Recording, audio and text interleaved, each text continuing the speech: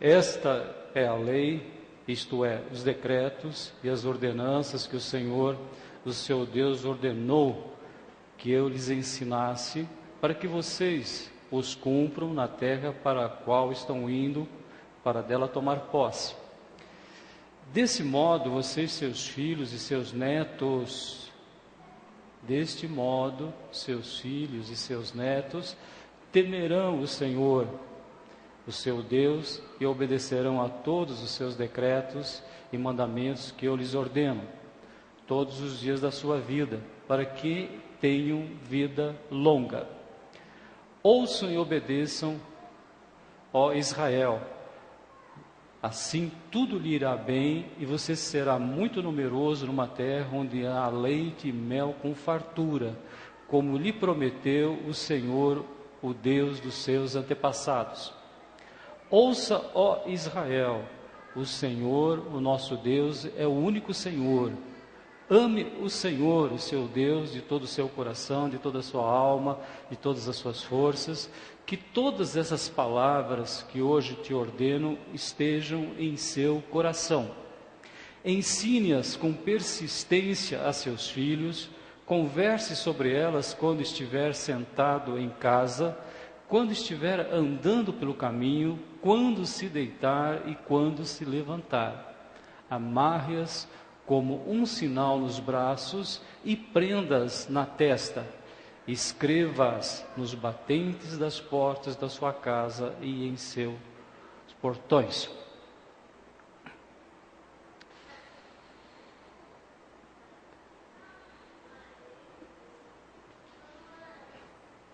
Deuteronômio, capítulo 6, de 1 a 9. A nação, o povo que Deus estava preparando para nos trazer Jesus, o Filho de Deus, o Verbo, a palavra se fez carne e vimos a glória de Deus, assim como através do unigênito de Deus. O povo precisou receber essa mensagem. Todos nós gostamos de uma afirmação que diz: conhecereis a verdade e a verdade vos libertará. Essa é uma máxima para todas as áreas do conhecimento humano. Se você quer ser um bom mecânico, compre livros, faça cursos, conheça tudo sobre a mecânica de autos, por exemplo. Porque conhecereis a verdade vos libertará. Você vai enfrentar situações em que certamente a sua mente, o seu coração, a sua inteligência vai ser acessada para resolver problemas dessa vida. Então, fundamentados nessa verdade, nós vamos orar. Senhor, eu quero conhecer a verdade espiritual, porque ela me liberta em todas as áreas da minha vida. Eu quero cuidar corretamente dos meus filhos e dos meus netos. Não é esse o maior empreendimento que fica para cada um de nós, que somos pais? Nós sabemos que o investimento que nós fazemos nos nossos filhos é imensuravelmente maior do que o que nós fazemos na nossa vida profissional. E nós estamos cansados de ver que a verdade que Jesus anunciou, ela prevalece. Que adianta o homem ganhar o mundo inteiro se ele vier a perder a sua alma? Que adianta o mundo, você ganhar todos os sucessos, vitórias desta vida, se você não conseguir encaminhar teus filhos para a verdade? Então nós estamos hoje num dia extremamente importante. Podemos até dizer, um dia importante para pensar num novo ano. Vamos orar por isso? Nós queremos conhecer a verdade. E será que nós vamos conseguir conhecê-la totalmente enquanto estivermos aqui na Terra?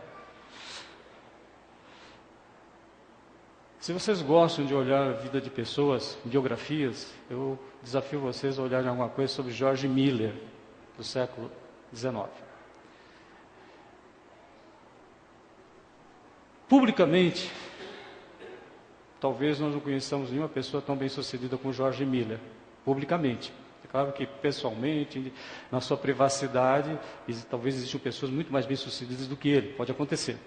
Mas que a gente saiba, através da história, dos eventos da vida, é difícil encontrar alguém que supere George Miller. Alguém conhece aqui? Muito difícil.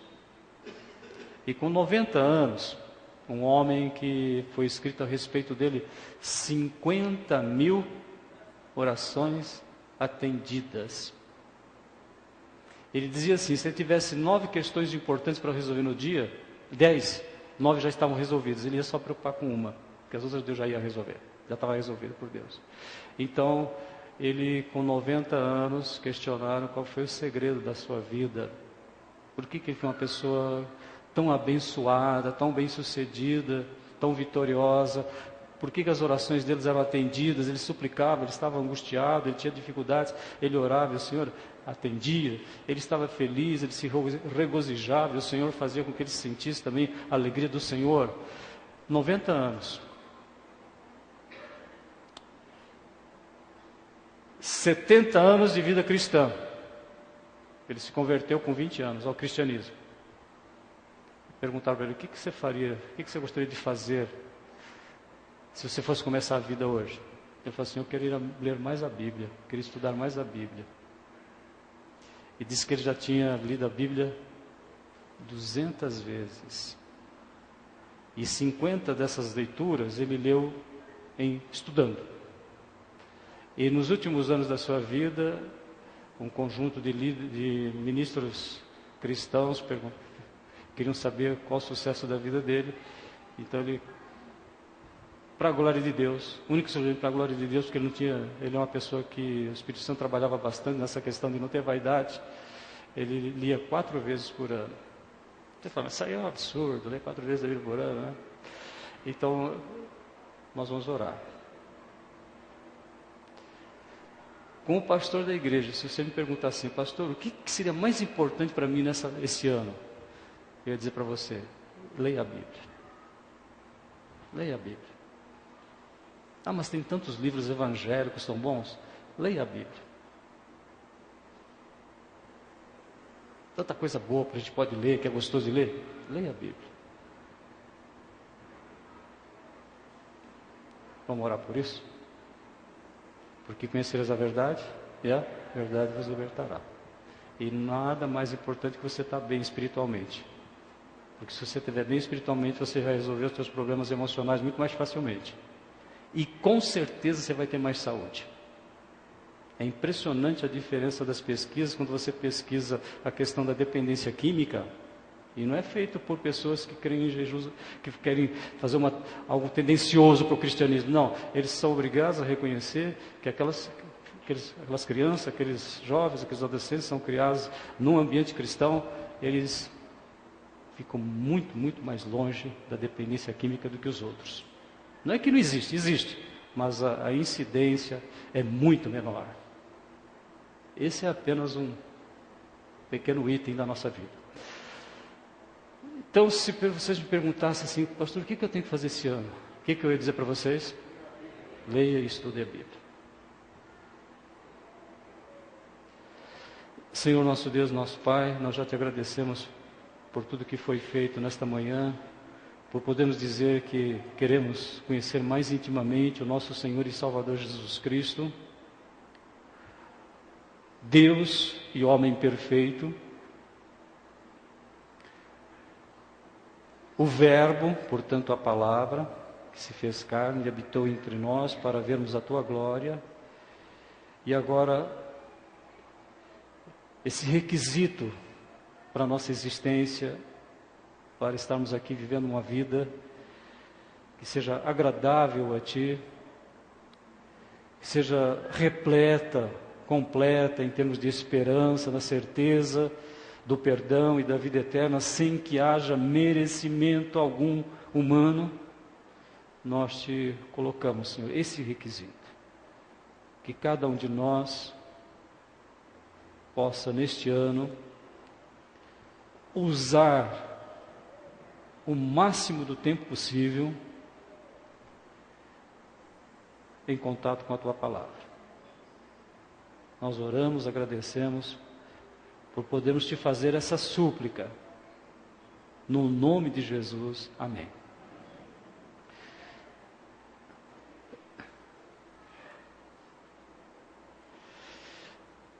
Como nós acabamos de ler, eu gostaria que vocês lessem em casa novamente, Deuteronômio, capítulo 6, de 1 a 9.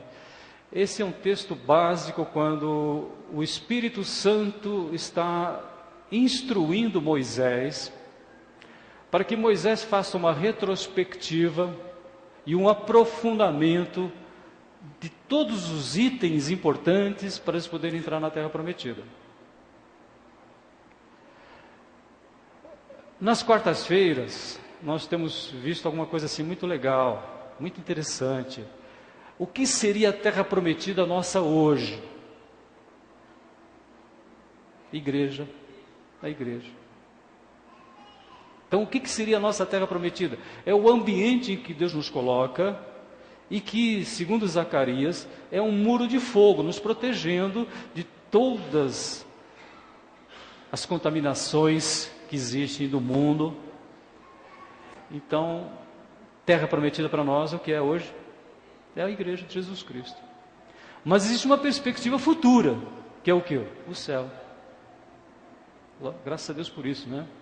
E que Ezequiel, Daniel, alguma coisa, Isaías e Apocalipse encerrando, nos fala claramente, né, que Deus nos preparou para viver a vida eterna junto com Ele.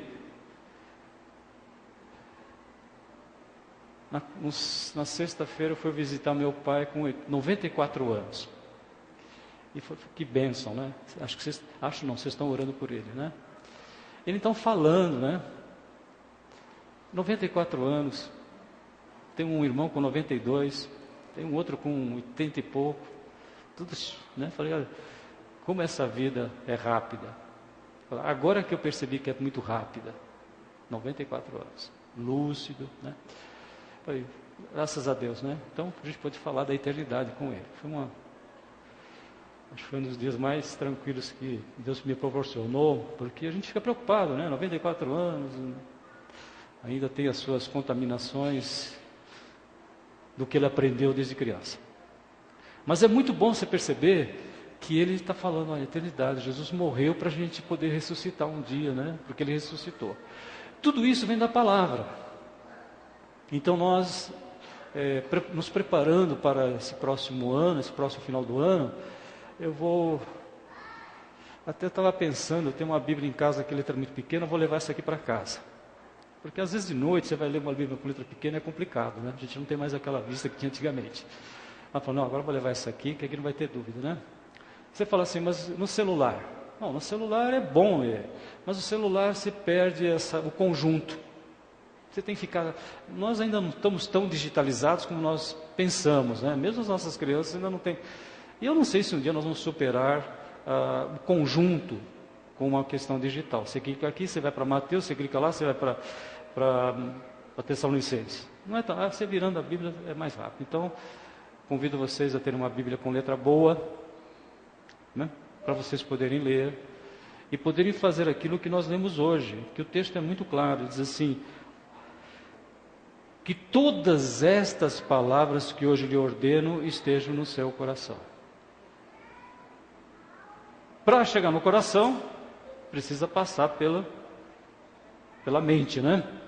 Ou com os olhos, ou com o ouvido, ou com o braille, né? Ou com sinais até, né? Como nós sabemos, de alguma forma tem que chegar no coração. E aí... No coração ela vai fazer algo extraordinário, como diz o texto, que todas essas palavras que eu lhe ordeno estejam no seu coração, e ensine-as com persistência a seus filhos, converse sobre elas quando estiver sentado em casa, quando estiver andando pelo caminho, quando se deitar e quando se levantar. Existe um fato, não sabemos até que ponto nós podemos, né, dizer... Mas o que a gente tem certeza que um fato que aconteceu, um dos países que tinha o hábito de que a Bíblia fosse lida todos os dias nas escolas. Começava a primeira aula, fazia uma leitura bíblica. Todos os dias. Desde a Constituição que foi feita, fundamentada na Bíblia. Com apenas 8 artigos. É isso? 8 artigos, né? Já pensou você fazer uma Constituição com 8 artigos? E ela funciona até hoje. E funciona relativamente bem, né? Então o que aconteceu? De repente resolveram proibir a leitura da Bíblia, porque é um livro, não um livro, vamos dizer assim, universal para todas as religiões do mundo. Vocês sabem que desastre foi o que aconteceu, os desastres que vêm acontecendo depois que crianças, adolescentes e jovens entram nas classes de aula atirando nos pátios e por aí adiante. Tudo indica, é Deus é que sabe, mas com certeza, um dos fatores mais importantes foi que as crianças começam o dia escolar sem um contato com a palavra. Então, para a gente encerrar, Bíblia boa, continue lendo a sua Bíblia no celular, no tablet, né? Bíblia com letra visível, e este ano é o desafio que nós queremos ter na nossa vida. Bem? George Miller, com 90 anos, o que você faria de novo?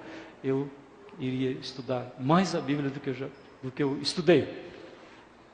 Mas 200 leituras, 50 feitas num sistema de estudo? Então não comece o seu dia sem um conteúdo da Palavra de Deus do seu lado, no criado mudo. E quem sabe, até antes de levantar, você já leu alguma coisa. Para começar.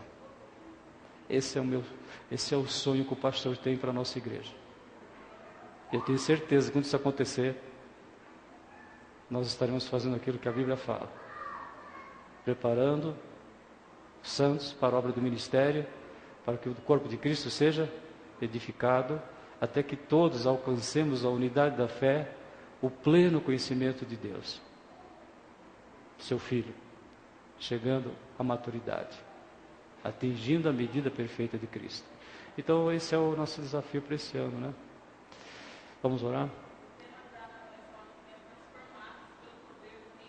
Oi?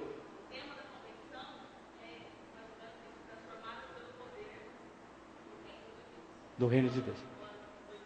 Então, transformados pelo poder do reino de Deus. Então, vamos separar esse dia para refletir um pouquinho sobre essa verdade. Conhecereis a verdade vos libertará.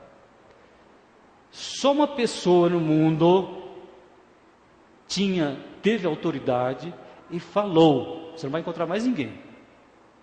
A não ser que seja uma pessoa com problemas mentais graves. Mas pessoa normal, ninguém teve coragem de dizer: eu sou o caminho, a verdade e a vida, eu sou o caminho, a verdade e a vida, e ninguém vem ao Pai a não ser por mim. Aí você fala, e Buda? Buda fala, eu sou iluminado. Jesus diz, eu sou a luz do mundo. Então, não é desprezando nenhum líder, mas ninguém pôde dizer, em plena consciência, só Jesus. Só Jesus. Então, teu filho está doente? Jesus. Tem contas para pagar? Jesus. Não está conseguindo administrar bem a vida? Jesus. Está desanimado? Estou preocupado? Jesus. Leitura, estudo, 2000, sendo transformados pelo poder do reino de Deus. E o reino de Deus nós encontramos na palavra. O reino, vocês sabem, né? O governo, a administração. O Brasil precisa de governo? Deus abençoe, nós sabemos que nós temos o governo de Deus. Apesar de tudo que você possa ver. Então vamos orar por isso. E hoje nós vamos separar para isso. Vamos pensar mais sobre esse documento que Deus colocou para nós. Senhor nosso Deus e nosso Pai, te louvamos e te agradecemos por podermos entrar em contato com o documento perfeito da Tua revelação para a nossa vida aqui na terra. Nós sabemos que Tu és infinitamente maior do que a Tua própria palavra, Senhor. Mas a Tua palavra, aquilo que nós precisamos dela, já está revelada para cada um de nós, para que a nossa existência seja uma existência com prosperidade. E que a nossa prosperidade seja, acima de tudo, focada no espiritual. Porque quando nós buscamos, em primeiro lugar, o Teu governo, o Teu reino, todos nós aqui temos experimentado que todas as demais coisas são resolvidas para nós.